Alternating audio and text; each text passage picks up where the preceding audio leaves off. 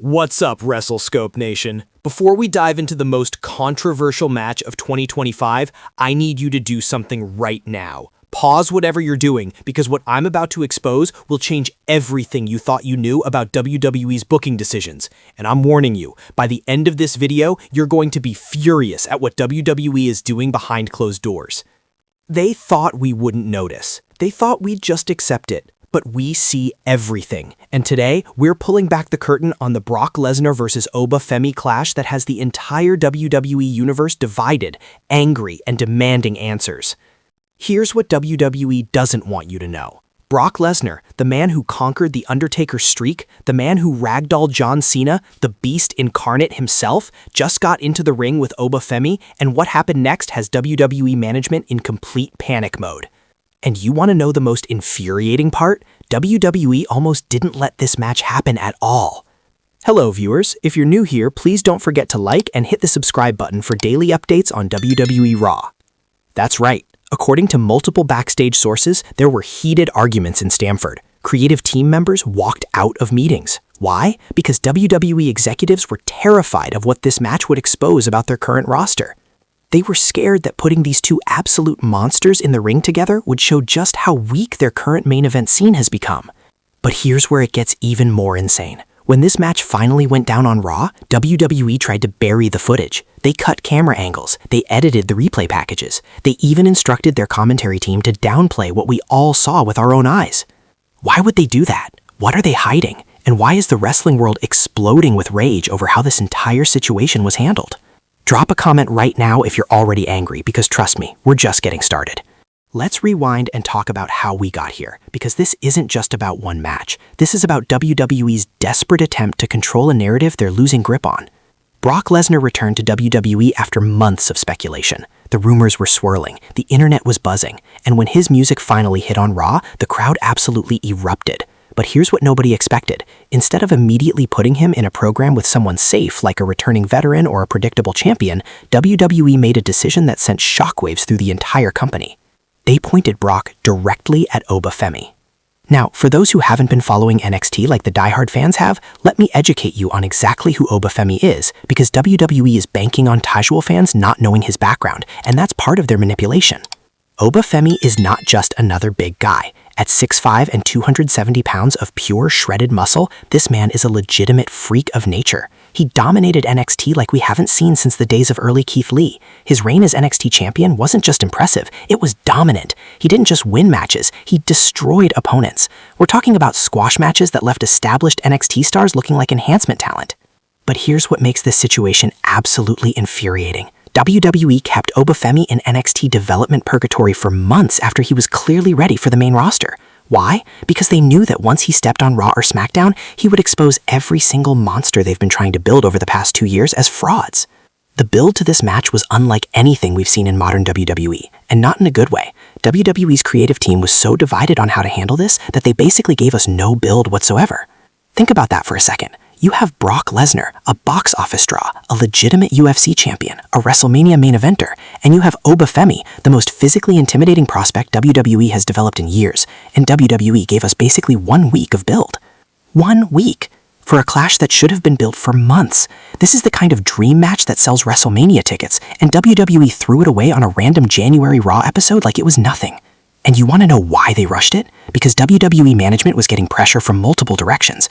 Reports indicate that Brock himself demanded to work with Oba after seeing his NXT work. Paul Heyman was reportedly campaigning backstage for months to make this happen. But Triple H and the creative team were resistant because they had, quote, other plans for both men. What plans? Safe, predictable, boring plans that wouldn't rock the boat or challenge their carefully constructed hierarchy. The locker room was reportedly split down the middle. Veteran wrestlers were saying this match was too soon for Oba, but younger talent were begging for it to happen because they knew it would tear the house down and prove that WWE still has the guts to take risks. And let me tell you something that's going to make your blood boil. WWE almost canceled this match 3 times during the week leading up to Raw. 3 times. Each time it was Brock Lesnar himself who had to go directly to Nick Khan and threaten to walk out if they didn't let this match happen. The match breakdown. Now let's get to the match itself, and I'm going to break down every single controversial moment that WWE tried to hide from replay packages. The bell rings and immediately, and I mean immediately, you can feel the difference in the arena. This isn't your typical WWE match atmosphere. The crowd is electric, but also nervous. They don't know what they're about to witness. Brock and Oba stand face to face in the center of the ring, and here's the first moment that WWE edited out of their official replay. These two were talking trash to each other, nose to nose for almost 30 seconds. You could see Brock smiling, that predatory smile he gets when he knows he's in for a fight, and Oba didn't back down even an inch. Then it happens. Brock throws the first punch, Oba throws one back, and the crowd erupts.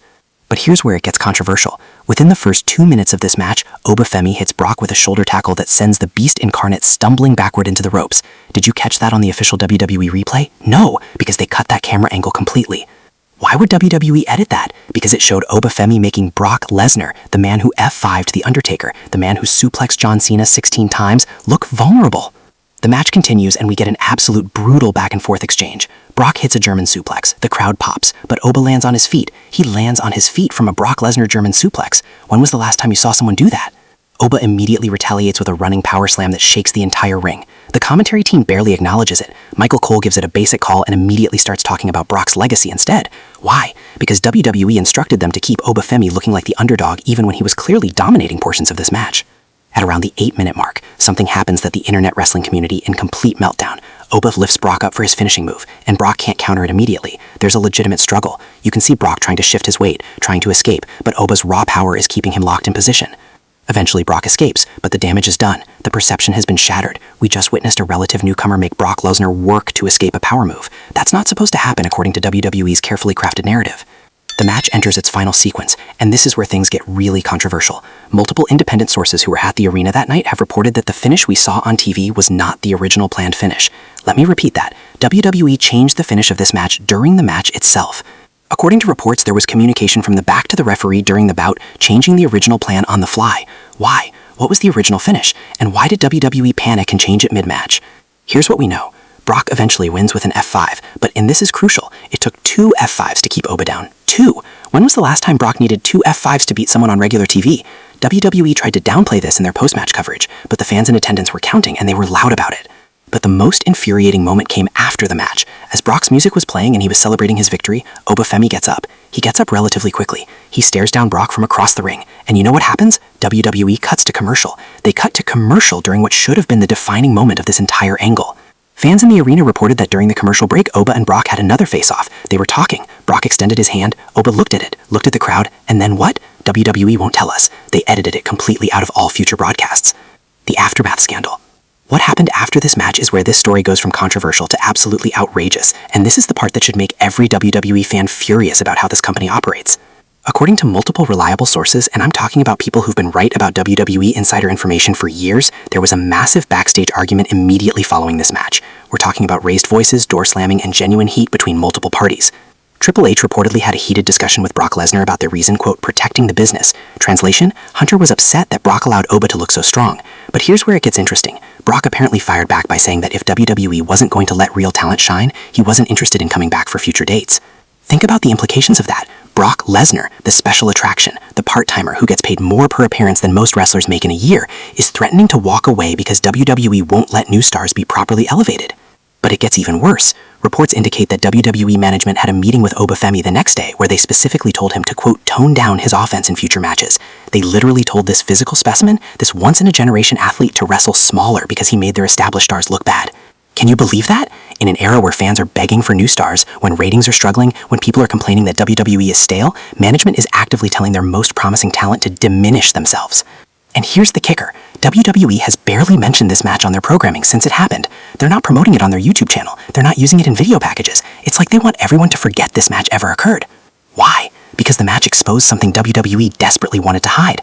Their current main event scene is weak compared to the potential they have in developmental. Oba Femi proved in 20 minutes that he belongs in the main event conversation right now, but that doesn't fit WWE's pre-planned, carefully orchestrated, years in the making storylines. What this means for WWE's future. Let's talk about the bigger picture here, because this isn't just about one match or one wrestler. This is about WWE's broken system and their refusal to adapt to what fans actually want. WWE has a monster problem, and I mean that literally. For years they've tried to create these unstoppable monster characters. Remember Braun Strowman's initial push? Remember The Fiend? Remember Omos? Remember how all of those characters eventually became jokes because WWE doesn't know how to book actual monsters?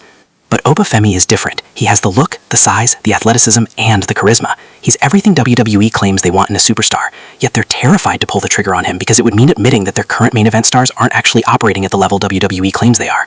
And Brock Lesnar, love him or hate him, has always been someone who will work with new talent if that talent is legitimate. He did it with Drew McIntyre. He did it with Roman Reigns years ago. He was willing to do it with Oba Femi. But WWE's corporate structure, their risk-averse creative process, and their obsession with protecting established names is killing their ability to create new stars. Think about how many potential breakthrough moments WWE has sabotaged in recent years because they were too scared to let an established star look even slightly vulnerable. It's the same story every time. New talent shows promise, gets a big match, looks competitive for a while, but then gets decisively beaten and immediately falls back down the card. The Oba Femi versus Brock Lesnar match was supposed to be different. For 20 minutes, it was different. Oba was booked to look like a legitimate threat. The match was physical, brutal, and competitive, and fans loved it. But what did WWE do immediately afterward? They panicked. They edited footage. They downplayed the match's significance. They basically tried to pretend this match never occurred at the level it actually happened. The fan reaction controversy. Now let's talk about how the WWE Universe has reacted to all of this, because the fan reaction has been overwhelming and WWE is desperately